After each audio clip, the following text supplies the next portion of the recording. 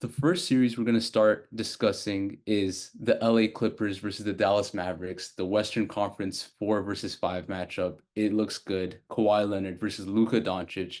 News just broke that Kawhi Leonard had an injection in his knee to be able to ramp up and play for game one. So hopefully we have mostly healthy, if not fully healthy, Kawhi for the series, and we'll see what happens Sunday at 3:30 p.m. Eastern Time.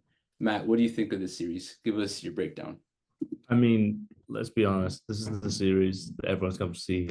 Uh, this is the trilogy, okay? This is the Return of the Jedi version of this series. The Clippers versus Mavs. Obviously, the Clippers have to come away victorious in the last two times. And we always see Luca going, always kind of pushing just towards the best two perimeter defenders. I don't think that's the case anymore. I think that was more of a 2021 and a bubble thing. But Kristaps Porzingis is gone. It's basically a new team. You got guys like Russ, Harden coming into the mix, and a completely different look Maverick team. I'm super excited for this, and we're gonna dive right into it. We could start with matchups if you'd like. Yep, for Perfect. sure. And the interesting thing about this series is that while I believe the Mavericks won the season series, it's not much you can take away from it because this was before all the trades and stuff, and Kyrie Irving only played in one game, so it's hard to make a big takeaway. A couple takeaways could be that Russell Westbrook was a very pesky defender, but nonetheless, like Lucas still did go off, so it's hard to evaluate exactly what's going to matter. And especially considering since the second half of the season, the Dallas Mavericks have been 16-2, so they've been absolutely hooping during this last stretch of the season. Whereas the Clippers had their huge stretch in the middle where they were basically unstoppable, and then they slowed down in the last part of the season. And James Harden, it's like really slowed down. He's the lowest plus minus on the team during that stretch. So there's a lot to look at. What are some things you wanna discuss, Matt? Oh, obviously it's great to see Kawhi's back in the mix. We could get into X Factor. I think that's something we should wrap up for each episode that we do. But like these are two of the best offenses in the league. Very different kinds of offenses. The Mavericks chuck a lot of threes at a medium volume, and Kawhi and that lot they shoot not too many threes, but a very high clip. It's all about rim pressure when you're looking for threes. So a lot of the stuff that the Clippers do, they don't get downhill a lot. Was a guy like Luca, a guy like Kyrie, you're gonna create a lot of on-ball advantages, a lot of kind of mismatches hunting. But I think it's gonna be interesting because we see like the Clippers running this kind of triangle offense, motion kind of stuff, and obviously the Mavericks run a lot of pick and roll. I would love to see some Luka Doncic and Kyrie Irving off-ball movement. I think that's key to a series, moving like the help defenders. You do have a lot of smart guys in the Clippers that know how to play defense, unfortunately. I don't think I have. I just kind of want a good basketball series. I'm sure you're saying that. I sound so Scottish as I said that. But I'm super excited. I'm hoping for 7 games like we've seen in the last few years. Uh, but we can get into our predictions later on. Yeah, for sure. And I guess my X factors for the Clippers is going to be Paul George.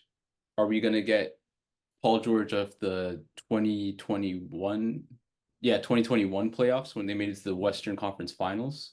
Or are we gonna get, a Paul George who isn't as good, like 2020? I think that's the biggest X factor. I'll trust Kawhi. James Harden's also an X factor, but if as long as his passing is there, the scoring can be managed. But if Paul George really needs to show up and have like a big series to match what Kyrie and Luka are going to bring, because you can trust Kawhi. The Clippers have depth and they have absolute snipers on their team. Norman Powell, all those guys. So I trust everyone is going to be ready and show up. You saw that last year, even when it was just Westbrook and Kawhi got injured after game two. Like that bench unit did a great job of making it a competitive series against the Suns. And now you're adding Paul George and Kawhi in the mix. So I'm not worried there. I just need Paul George to show up if I'm the Clippers. On the Mavs side, it's actually uh, kind of the opposite. It's more so their role players because if you look at throughout the season, their catch and shoot numbers are not that impressive. It's middle of the pack. And what happens with the Mavericks is that their guys are either shooting really well or they go through cold streaks and they shoot really bad. So uh, I'm a little bit concerned there. You know, they have some guys who are unproven in the playoffs as well. That's like a natural thing. You just need to see it as well. But yeah, will the Mavericks shooters hit their catch and shoot shots or will they not? I feel like that could just determine the series because if the Mavs regress to the mean, the Clippers could beat them pretty comfortably, in my opinion. And people are overrating the Mavs a tiny bit in that regard. I won't say a huge amount, but yeah. Nonetheless, though, I trust Luka and Kyrie to have huge series. So my X factors for both teams are the exact opposite, I guess you could say. Interesting. So stars versus role players. We love those kind of series. I think with the Clippers, they just have so many people of MVP caliber, finals MVP calendar, MVP candidate caliber. If they want to play basketball and they want to return to their prime, they're welcome to. And you're going to get a series out of them. But I do think we can unanimously agree that Luka Doncic is the best player in this series. He might not play like the best player in this series. Obviously, we need to see what they do in terms of blitzing, making those reads. It's going to be interesting to see how much they trust Derek Lively. But if the Clippers go small, they play him off the floor. It's going to be super exciting. Zubac is a really good defender. They're going to trust him on some of the switches with Luka Doncic, but they are going to look for a lot of mismatches, creating that. And it does. This series has something to live up by. So last time the Clippers and Mavericks played, they were both the 4 and 5 seed. I'm not sure if it was this way around. Correct me if I'm wrong, Skip. With the Lakers at 4, with the Clippers at 4, and the Mavericks at 5. I Yes. think that's the same way it is now. Perfect.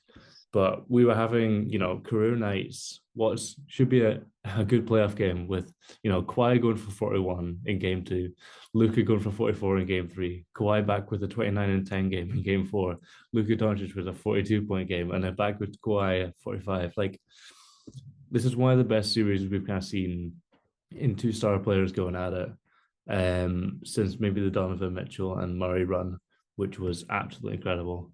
But I can't wait to just dive into this series.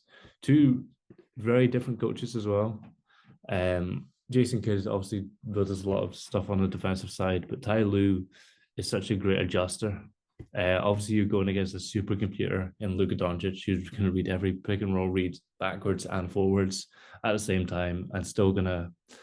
But I think you've got Paul George. Like obviously these guys have slowed down a lot, Kawhi and him, but they're still very smart defenders. They're really good on switches. We saw this in the Suns game when they try to look for mismatches. But overall, this series is just going to be one for the ages. Yeah, definitely. This is most likely going to be the best first round series this season.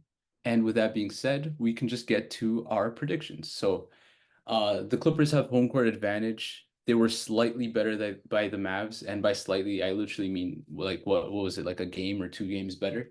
Um, yeah, my pick is going to be the Clippers in 7 games. I think it's going to go down to the wire, and then ultimately Game 7 pressure.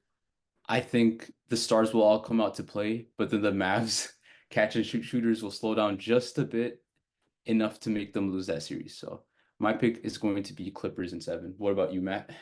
Oh, thank you. It was a 1 game difference, and both teams lost the last 2 or 3 to rest their players, which is kind of expected with these teams because knew they were locked in.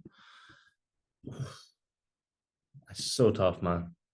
But even your points just kind of convinced me on the Clippers. I think it's just a better team. I trust the coach more. Unless Kyrie, carries.